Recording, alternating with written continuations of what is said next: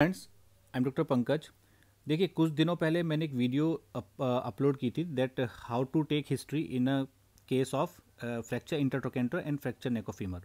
तो उस वीडियो में कुछ कुछ पॉइंट्स छूट गए थे, तो इस वीडियो में हम लोग वो जो इंपॉर्टेंट पॉइंट जो उसमें छूट गए थे उनको ही डिस्कस करेंगे।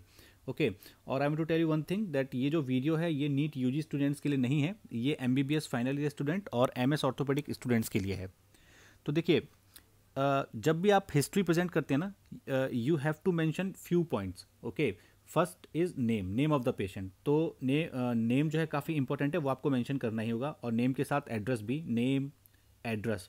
उसके बाद आपको age is also very important. तो एग्जामिनर आपसे पूछ सकता है अभी एज की इतनी इंपॉर्टेंस क्या है। ओके। तो एज में क्या है कि कुछ सर्टेन जो कुछ कुछ ऐसी बीमारियां हैं जो कि एक पर्टिकुलर एज में होती हैं, like DDH, developmental dysplasia of the hip. ये कब होती है? It is more common in child less than 1 year of age. Okay. Next is your rickets. Rickets is more, जो रिकेट्स है आपकी वो 1 से 2 साल के बच्चों में काफ़ी कॉमन होती है। Next is your Perthes and tuberculosis. It is common in 5 to 10 years.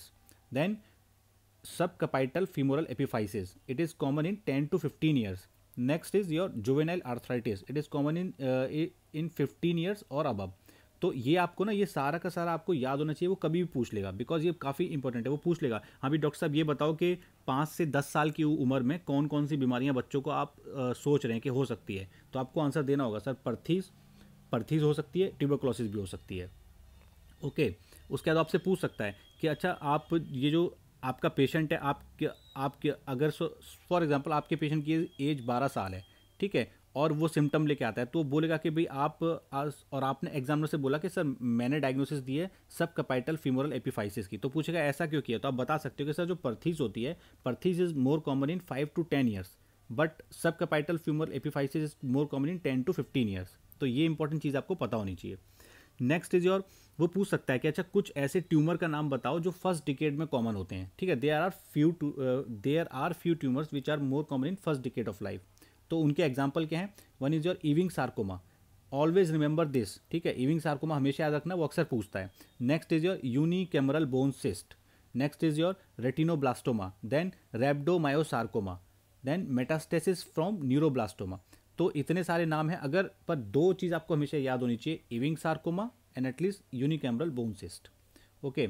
Next is your, वो पूछ सकता है कि भाई डॉक्टर साहब कुछ ऐसे ट्यूमर्स बताओ जो सेकंड डिकेड में कॉमन होते हैं। तो वो कौन कौन से हैं? That is your, one is your osteosarcoma and next one is your aneurysmal bone cyst.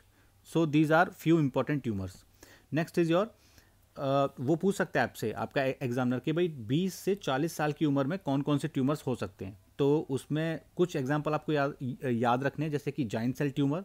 Next one is your adamantinoma and एनकॉन्ड्रोमा।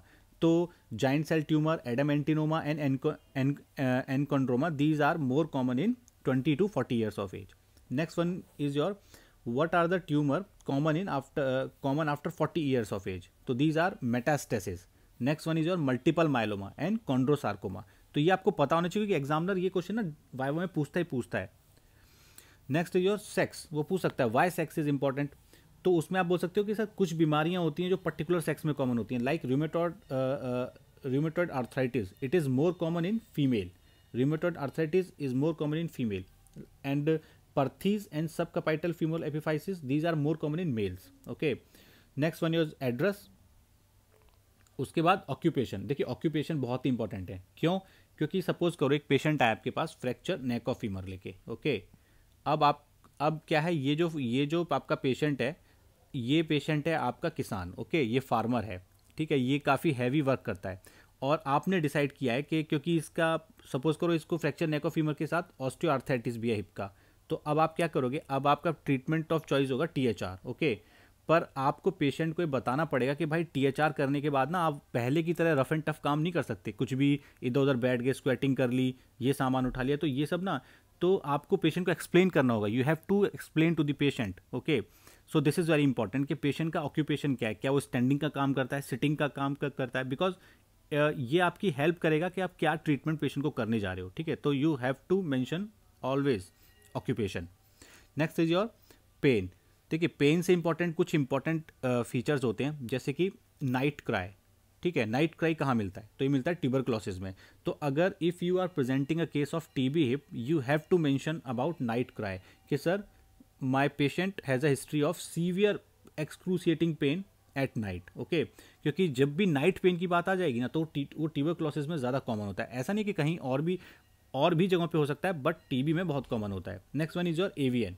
AVN में क्या होता है? If there is AVN of hip, तो patient will give you the history of rest pain. Okay, rest pen.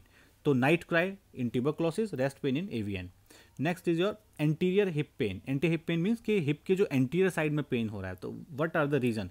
There may be arthritis, there may be hip flexor strain, there may be iliopsoas bursitis and there may be labral tear. तो these are few important points.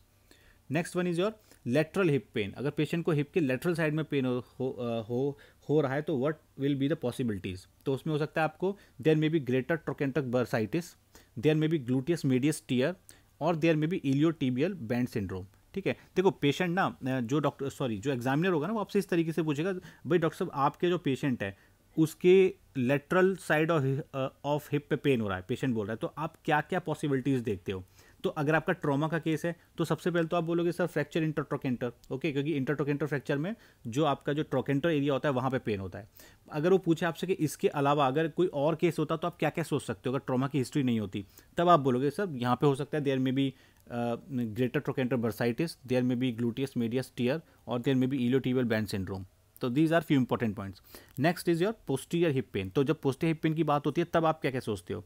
तो उसमें there may be hip extensor और external rotator pathology और there may be degenerative disc disease. Okay, तो कभी कभी क्या होता है कि पेशेंट को ना होती है डीजनरेटिव डिस्क डिजीज, मतलब कि स्पाइन में, और उसका जो पेन जो रेफर होता है नर्व रूट के थ्रू वो हिप तक आता है।